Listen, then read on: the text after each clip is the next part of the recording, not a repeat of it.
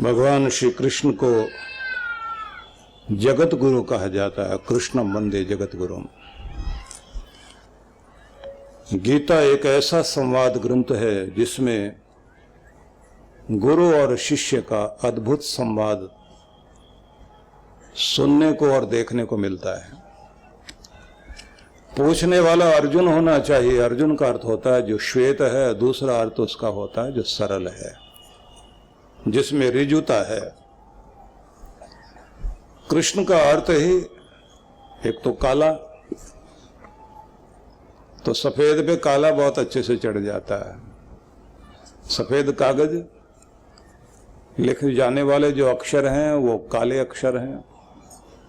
देखा जाए तो राम जी का स्वरूप जो है बड़ा ही सीधा सरल रूप है। उनकी गाथा भी सीधी सादी गाथा है। राम जी का नाम भी अगर लिखना हो तो बहुत सीधा सा राम लिखा जाता है। और कृष्ण तो लिखने में भी थोड़ा टेढ़ा है, और वो हैं भी बांके बिहारी, टेढ़े ही खड़े होते हैं।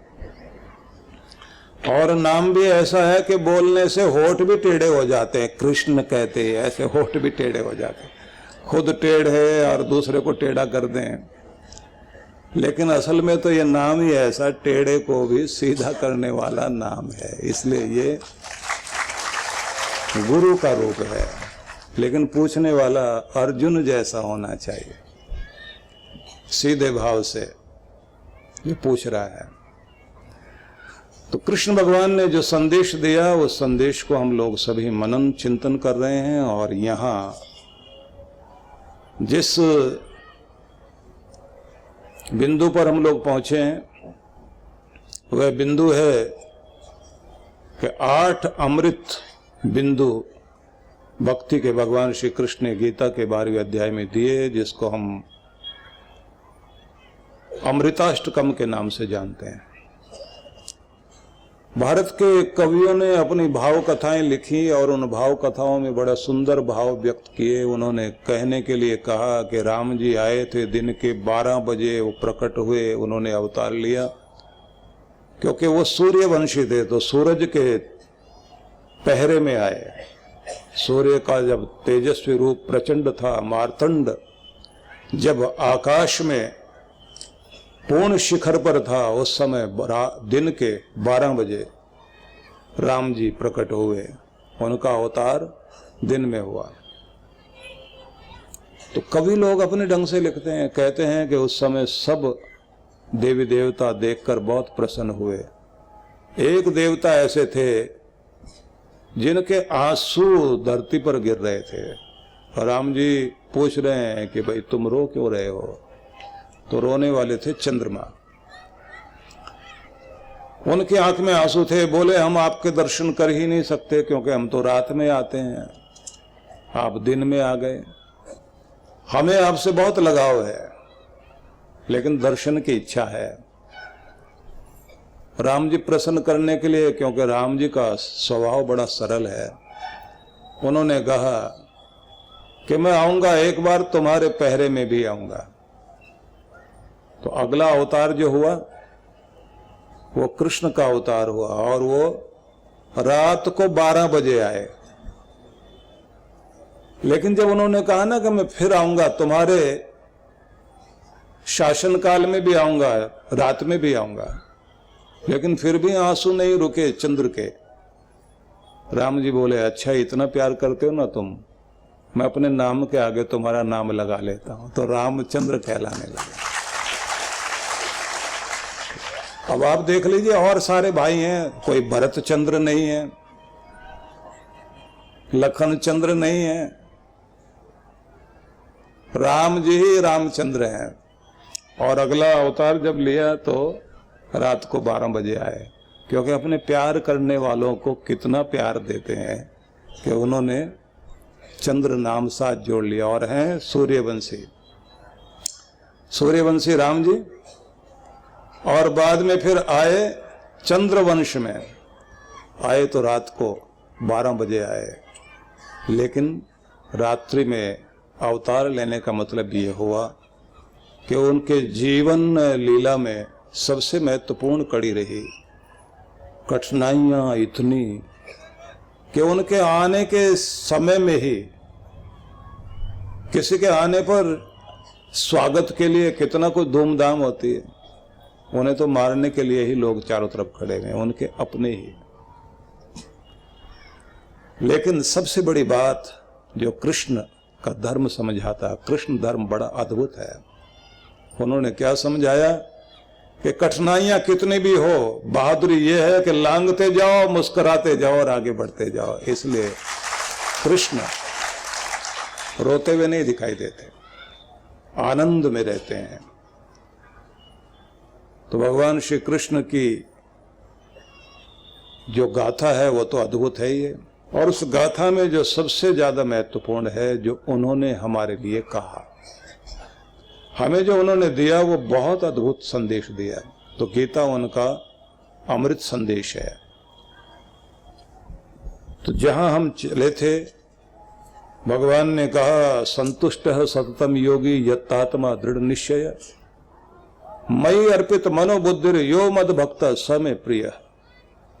वह व्यक्ति जो सदा संतुष्ट रहता हो, संतुष्ट सततम योगी, निरंतर संतुष्ट रहता हो। योगी मतलब ऐसा जो ध्यानी है, ध्यान में जो स्थिर है। यतात्मा दृढ़ निश्चय, और जो आत्म संयत है, आत्म केंद्रित है, अपने अंतर में स्वयं को नियंत्रित किए हुए है, और जिसका निश्चय, जिसका संकल्प बहुत ही दृढ़ है, जिसका संकल्प कोई हिला नहीं सके, और जिसके मन में उठने वाली समस्त इच्छाओं की तरंगें उसने अपने भगवान को अर्पित कर दी हो, और उसको जो दिमाग भी काम करता है ना, अक्ल, अपना दिल और दिमाग सब भगवान को अर्पित कर दिया हो। ये दिल भी तुम्हारा, ये दिमाग भी तुम्हारा, मेरा मन भी तुम्हारा, मेरी इच्छाएं तुम्हारी, मेरा पूरा निश्चय तुम्हारे लिए, और मैं हर पल तुम्हारी और जुड़ा हुआ हूं। ऐसा भाव रखने वाला जो है, कृष्ण भगवान कहते हैं स में प्रिय, बस वही मेरा प्यारा है, कि मैं उसे बहुत प्यार करता हूं। तो विचारणीय ये है कि भगवान कहते हैं कि जो सदा संतुष्ट रहे, निरंतर संतुष्ट रहे, भगवान के दिव्य प्रसाद को स्वीकार करके शांत भी हो, संतुष्ट भी हो, तृप्त भी हो, उसके दिव्य में खुश रहना जानता हो। आसान बात नहीं है। जो कुछ भी हमारे पास है उसको पाकर हमारे अंदर और पाने की चाह तो होती है, और अगर कुछ कम हो तो बेचैनी बहुत ज्यादा होती है।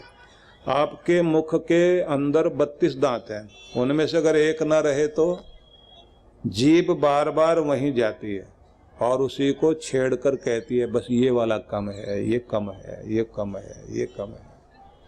जीभ को कहें कि 31 और हैं, वहां जाओ ना, वो वहां जाएगी, जाके फिर वहीं आ जाएगी, ये कम है, ये कम है, ये कम है। उसे फिर बीच में रोको कि नहीं इधर नहीं, इधर वालों के पास जाओ, फिर जाएगी उधर, जाते फिर वहीं उसी को छेड़ती है, कहा ये वाला ये नहीं है, ये नहीं। ये तो जीभ करती है। और मन क्या करता है? जो आपके पास है उसको तो गिनता ही नहीं। 100 में से एक कम हो जाए तो वो 99 को, 99 को गिनता ही नहीं। जो एक कम है 99 गिनने के बाद कहता है ये और दे दो। और जैसे 100 पूरे कर दिए जाए फिर कहते हैं अगर 101 हो जाए तो फिर कितना मजा आएगा। रुकने ही नहीं देता, कहीं दौड़ता रहेगा। सबसे ज्यादा तो हमारा ध्यान अपने अभाव में जाता है, और उसके बाद कहां जाता है? दूसरे के प्रभाव में जाता है। मेरे पास ये नहीं है, दूसरे के पास ये है, वो आगे क्यों? तो अपना अभाव सताएगा, दूसरे का प्रभाव सताएगा, और खुद का गंदा स्वभाव भी रुलाएगा। और ठीक रहो तो सबसे पहले स्वयं का स्वभाव ठीक करो। और जो जीवन में अभाव है उसके लिए ये तो किया जा सकता है कि हम आगे बढ़ें, अपने जीवन की कमियों को ठीक करें, लेकिन दुखी होना नहीं है। परमात्मा के दिए को पाकर आनंदित रहने में ही, संतुष्ट रहने में ही जीवन उत्कृष्ट बनता है। और अगर आप दुखी होते रहे, जो कुछ है हमारे पास उसका तो सुख मनाया नहीं, और के कारण हम दुखी होते रहे, तो ये ध्यान रख लेना जीवन में कभी खुश हो ही नहीं पाएंगे। एक अच्छे फकीर हुए हैं, उन्होंने लिखा कि मैं अपने इबादत गाह में गया तो था ये शिकायत करने के लिए कि मेरे कपड़े भी अच्छे नहीं, क्योंकि बादशाह ने मुझे बुलाया है अपने दरबार में, और आज मैं अपने कपड़ों को देख रहा था तो अच्छे कपड़े नहीं मेरे पास, कपड़े फटे हुए हैं, मेरे पास गरीबी दी तूने। तो शिकायत करने गया, लेकिन कहता है कि जब सीढ़ियां चढ़ने लगा अपनी इबादत गाह के लिए, तो वहां एक लंगड़े आदमी को जाते हुए देखा जिसका एक पांव नहीं है। और जब वो चढ़कर गया कि मैं वहीं रुक गया कि मेरे पास तो कपड़ा ही फटा हुआ है, इसकी तो टांग भी नहीं। तो जब वो लौटकर आया, कहता है कि मैं वहीं खड़ा खड़ा इंतजार कर रहा हूं और मन में सोच रहा हूं कि आज तो लगता है शिकायत करने वाले ही भगवान के दरबार में जा रहे हैं। कि जब वो लौटा तो मैंने उससे पूछा, कराई शिकायत? बोले किस बात की? एक टांग नहीं है इसके लिए? एक टांग है, उसके बाद भी सिर उठाकर जी रहा हूं और अपने लिए कमा रहा हूं और अपने बच्चों के लिए कमा रहा हूं। मैं उसको थैंक्स करने गया था कि भले ही एक टांग नहीं है, लेकिन हिम्मत तूने बहुत दी, मेरे मन में शांति दी और मेरे चेहरे पर मुस्कुराहट दी। ये मेहर बनाए रखना कि मेरी हिम्मत ना टूटे। कहता है कि उसके बाद जब मैं गया ऊपर तो मैं जाकर बहुत रोया और मैंने कहा, इतना सुंदर शरीर तूने दे दिया, मैंने उसका शुक्र तो मनाया नहीं, उसका धन्यवाद तो किया नहीं, कपड़ा फटा हुआ है इसकी शिकायत करने आ गया, मैं तो तेरे दर पर आने के लायक भी नहीं हूं। हम लोग अपने जिंदगी में जो कुछ पाया उसके प्रति तो भगवान को धन्यवाद कर नहीं पाते। जो जीवन में छोटी मोटी कमी रहेगी रोज उसकी शिकायत करते रहते हैं, और जब ये शिकायत करते हैं तो जिंदगी में शिकायतें बढ़ती चली जाती हैं। तो जो सतत संतुष्ट है, धन्यवाद वही करेगा। जो अंदर से संतोष मनाकर सब्र करके जिंदगी में, और कहता है लाखों लोगों से अच्छी हालत में हूं मैं, मेरे से लाखों लोग मेरे से भी पीछे हैं। ठीक है, मैं लाखों लोगों से पीछे हूं, लेकिन बहुतों से आगे भी तो हूं। जिनसे आगे हूं तो इसका मतलब अपने कर्म से नहीं, तेरी कृपा से आगे हूं। भगवान तेरा लाख लाख शुक्र। संतुष्ट रहना और धन्यवाद करना। भगवान ने जब ये कहा संतुष्ट रहना और शब्द दिया योगी, ध्यान में स्थिर रहना, भगवान की वंदना करने वाला। वैसे तो देखा जाए तो सीढ़ी का पहला पायदान यही है कि तृप्ति आएगी, संतुष्टि आएगी तो धन्यवाद भी करोगे, मन भी भगवान से जुड़ेगा। शिकायत वाला आदमी शिकायत करता रह जाता है, वो भक्ति नहीं कर पाता।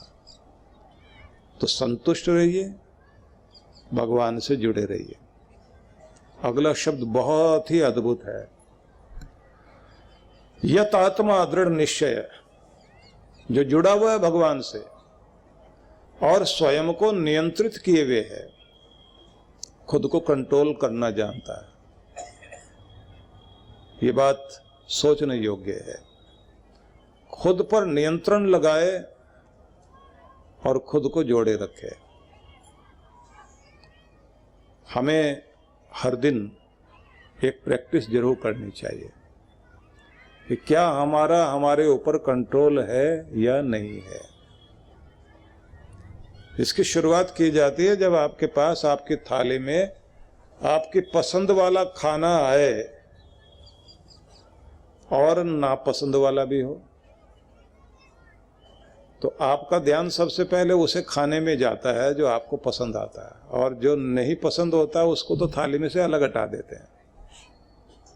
और जबकि पता है कि सेहत ये देने वाला ये है जिसे आप पसंद नहीं कर रहे, तो किसी को करेले, किसी को मेथी की सब्जी पसंद नहीं आती, किसी को अन्य सब्जी पसंद नहीं आती। लेकिन देखा जाए बहुत लोग हैं ना जिनको आंवला पसंद नहीं आता। आंवला समझिए कि तराजू में एक तरफ सारे फल रखिए और एक तरफ आंवला रख दीजिए, तो कहते हैं आंवला फिर भी भारी पड़ेगा। इतने गुण हैं उसमें कि व्यक्ति को स्वस्थ तरोताजा रखने के लिए, आपके चेहरे का ग्लो बनाए रखने के लिए आंवला बहुत काम की चीज है।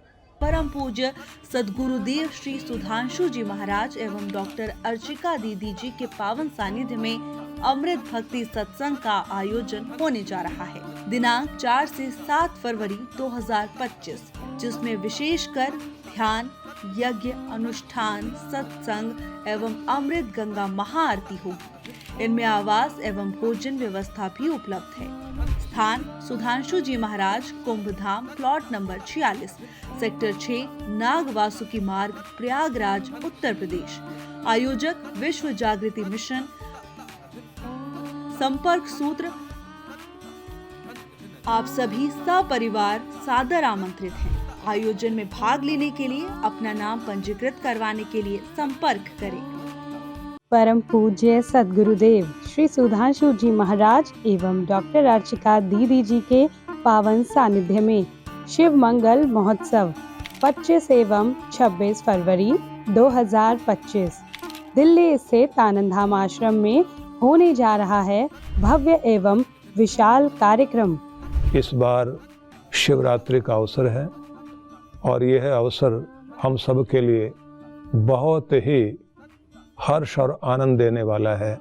इस अवसर पर आनंद धाम आश्रम नई दिल्ली में अद्भुत कार्यक्रम रखा गया है, जिसको हम शिव मंगल महोत्सव के रूप में मनाएंगे।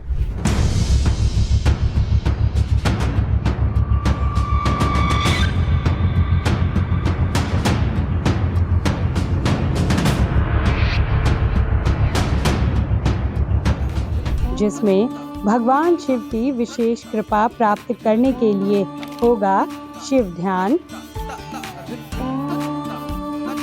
1.25 लाख पार्थिव शिवलिंगों के साथ रुद्राभिषेक, महारुद्र यज्ञ, शिव तरंग एवं शिव महाआरती।